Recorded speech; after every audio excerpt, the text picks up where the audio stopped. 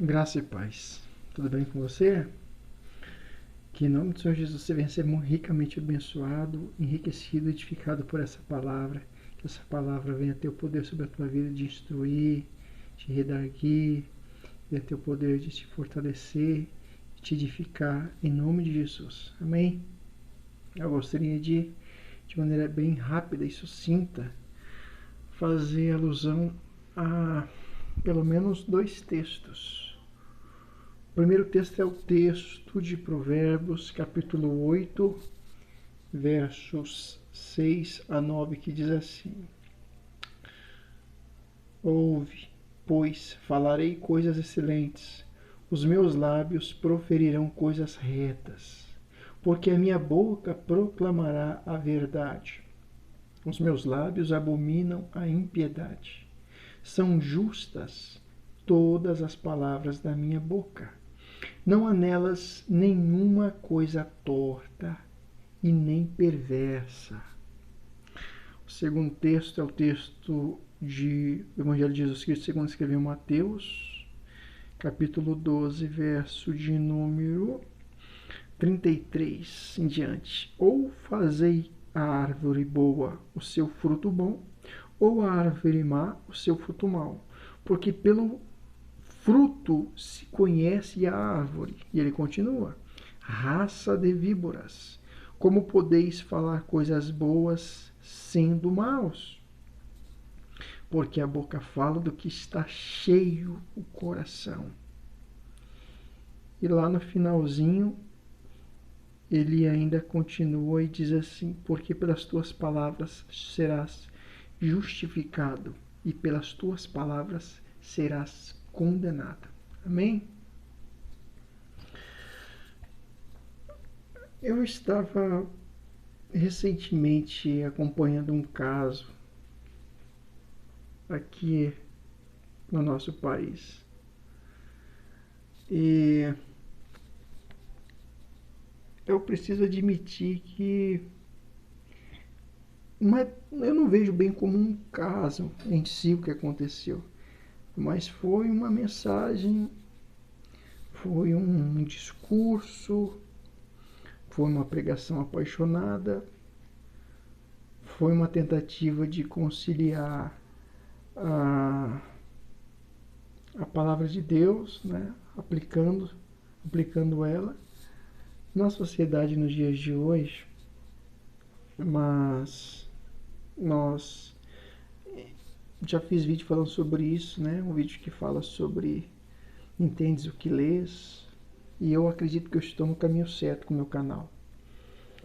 Eu acredito, como dizia Paulo Freire, entre outros grandes pensadores da educação brasileira, que a educação ela nos liberta de nós mesmos, né, de várias peias sociais, e nos ajuda a pensar de maneira mais crítica, de maneira mais profícua e eficaz, né, buscando soluções para a sociedade a qual nós fazemos parte, né, buscando mecanismos que amenizem as peias sociais, frutos de um passado colonial, desumanizador, duro, injusto, e que infelizmente ainda se estende até os dias de hoje. Mas a gente procura entender os acontecimentos, né, ao longo do tempo da sociedade que nós vivemos. E quando eu medito nesse texto de Provérbios, né, nós temos ali palavra de sabedoria, a ideia de falar coisas excelentes, proclamar a verdade, abominar a impiedade, falar de justiça, né? Ou seja, não ser parcial, mas ser imparcial, né? Buscar falar as coisas com sentido, em certo sentido, coerente. Se bem que aqui o Jesus ainda não veio se manifestado como verbo, mas aplicando hoje no âmbito social, enquanto igreja, é importante vermos isso. Em contraposição, nós temos no capítulo 2 de Mateus um discurso de Jesus que vem confrontando os fariseus. Você note no capítulo 12, verso 2, ele fala aos fariseus. No verso de número 14, ele fala aos fariseus. No verso 24, ele fala aos fariseus.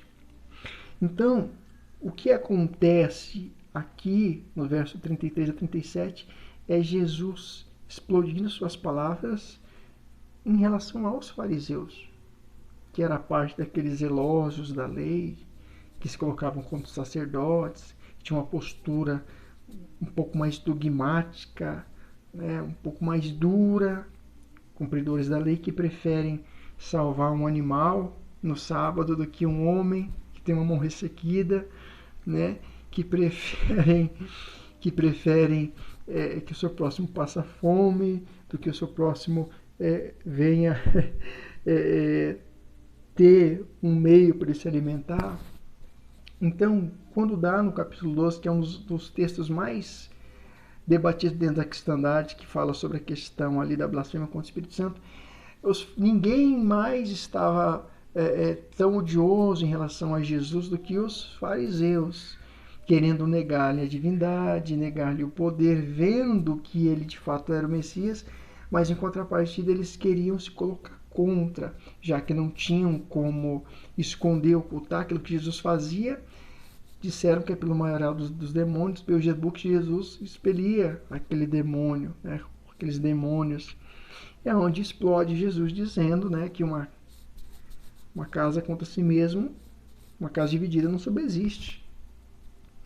Então Jesus volta para eles, dizendo que, já que eles não podiam, né, comprovar que aquilo não era falsidade, então Jesus explode que como que pode uma casa dividida subsistir? E aí ele coloca a máxima, né? Pecado contra o Filho tem perdão, mas porém pecado contra o Espírito Santo não tem perdão. Por quê? Porque exatamente quando se tenta ou se procura fazer aquilo que é da vontade do Pai, falar de acordo com o Filho, andar nas pisadas do Filho e ter sucesso, e vem a crítica e não entende, e vem os fariseus e não entende, e vem a oposição e não entende, a tendência daqueles que não conseguem apagar uma obra de Deus na sua vida e tem inveja é o quê?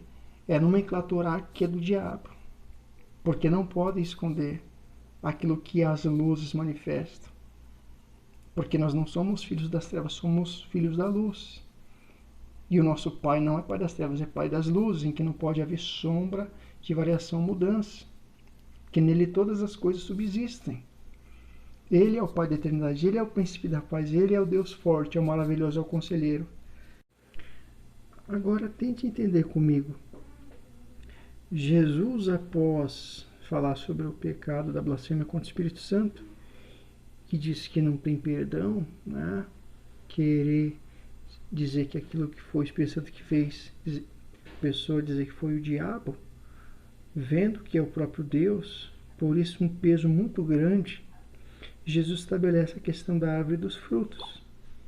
E nessa analogia ele coloca exatamente um ponto interessante, porque pelo fruto se conhece a árvore, pelo fruto.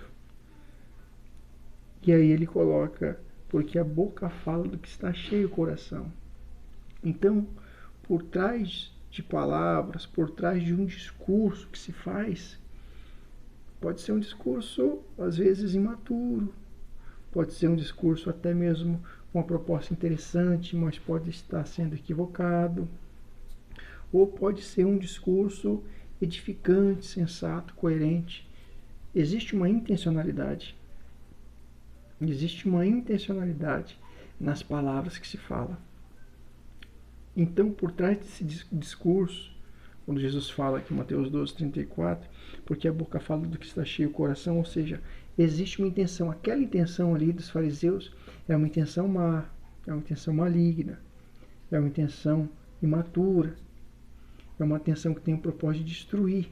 Por isso que Jesus é tão duro, é por isso que o evangelista Mateus ele coloca isso de maneira tão contundente, né?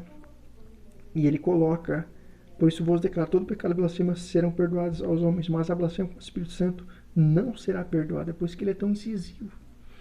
Então, dentro de um discurso pode existir alguém falando de maneira neófita, imatura. Então, dentro de um discurso pode-se ver uma pessoa falando de maneira neófita, imatura, não construtiva. E em contrapartida, pode-se encontrar alguém falando de maneira edificante, abrindo os olhos, sendo coerente e sensato. Notem isso aqui, a intencionalidade por trás de palavras, por trás de um discurso. É aqui que eu quero fazer alusão quando nós olhamos e nós queremos retirar uma frase ou uma fala do meio de um discurso e condenar o nosso irmão. Fala-se tanto sobre texto e pretexto e contexto, mas nós vemos na sociedade brasileira, nós não temos uma igreja, nós temos vários movimentos cristãos brasileiros. E nós vemos grandes líderes fazendo isso. No mesmo altar que se ensina que isso é errado, se pratica isso. Condenando, julgando, criticando, tirando de um trecho de uma mensagem, condenando, não vendo o todo, sendo reducionista na interpretação, na visão. E aí que entra a palavra discurso com uma intencionalidade maligna, uma malignidade. Requer-se então uma sabedoria, como diz Tiago 3, capítulo 3, verso 17. Requer-se essa sabedoria nesse sentido. Se não, então vejamos o que diz Tiago 3,17. A sabedoria, porém, lá do alto é primeiramente pura. Depois pacífica, indulgente, tratável, plena de misericórdia e de bons frutos, imparcial e sem fingimento. Veja, quando nós falamos na intenção de uma fala, de um discurso, a fala ela tem que ser uma fala sábia. Até para apontar o erro é necessário ser puro, manso, pacífico. Provérbios 18, 21 vai falar que a morte e a vida estão no poder da língua. O que bem a utiliza come do seu fruto. Morte e vida estão no poder da língua. O que falar de Tiago, capítulo 3? Que Tiago vai falar todo o capítulo 3 sobre a língua, pequeno órgão.